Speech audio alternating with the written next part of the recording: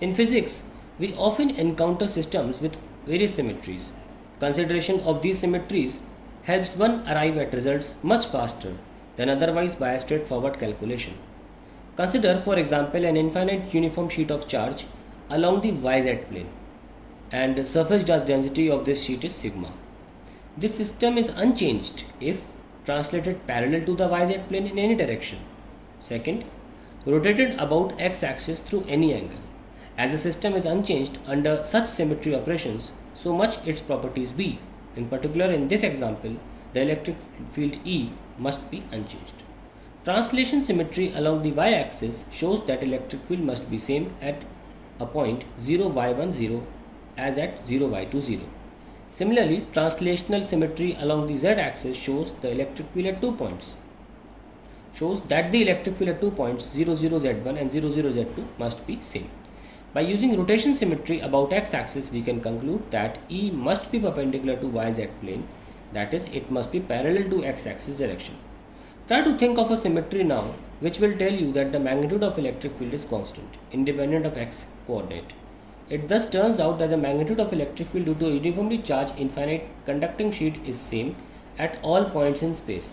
The direction, however, is opposite to each other on the either side of the sheet. Compare this with the effort needed to arrive at a result by a direct calculation using Coulomb's law. Points to ponder. First, you might wonder why the protons, all carrying positive charge, are compactly residing inside the nucleus. Why do they not fly away? You will learn that there is a third kind of fundamental force called the strong force which holds them together. The range of distance where this force is effective, however, is very small, up to 10 की power minus 14 meter. This is precisely the size of nucleus. Also, the electrons are not allowed to sit on top of protons, that is, inside the nucleus, due to laws of quantum mechanics. This gives the atom their structure as they exist in nature. Second, Coulomb's force and gravitational force follow the same inverse square law, but gravitational force has only one sign, always attractive, while Coulomb force can be of both signs, attractive and repulsive, allowing possibility of cancellation of electric forces. This is how gravity, despite being such much a weaker force, can be dominating and more pervasive force in nature. Third, the constant of proportionality K in Coulomb's law is a matter of choice if the unit of charge is to be defined using Coulomb's law. In SI units, however, what is defined is the unit of current via its magnetic effect, Ampere's law, and the unit of charge, Coulomb, is defined by 1 Coulomb equals to 1 ampere second. In this case, the value of K is no longer arbitrary. It is approximately 9 into 10 power 9 Newton meter square per Coulomb square.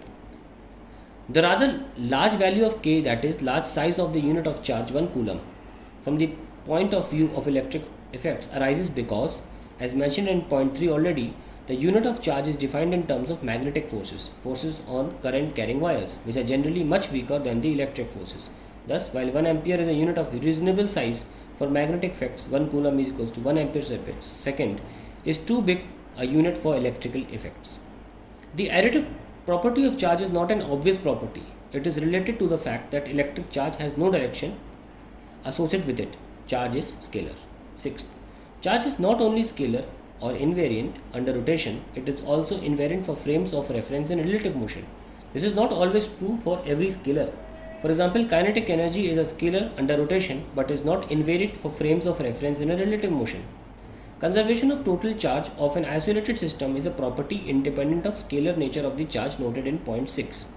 Conservation refers to invariance in time in a given frame of reference. A quantity may be scalar but not conserved, like kinetic energy in an elastic collision. On the other hand, one can have conserved vector quantity. That example, angular momentum of an isolated system. Eighth, quantization of electric charge is a basic unexplained law of nature. Interestingly, there is no analogous law on quantization of mass. Ninth, superposition principle should not be regarded as obvious or equated with law of addition of vectors. It says two things. Force on one charge due to the another charge is unaffected by the presence of other charges, and there is no additional 3 body, 4 body, etc. Forces which arise only when there are more than 2 charges. 10th, the electric field due to a discrete charge configuration is not defined at the locations of the discrete charges. For continuous volume charge distribution, it is defined at any point in the distribution. For a surface charge distribution, electric field is discontinuous across the surface. 11th, the electric field due to a charge configuration with total charge 0 is not 0, but for distances large compared to the size of the configuration, its field falls off faster than 1 by r square, typical of field due to a single charge. Electric dipole is the simplest example of this fact.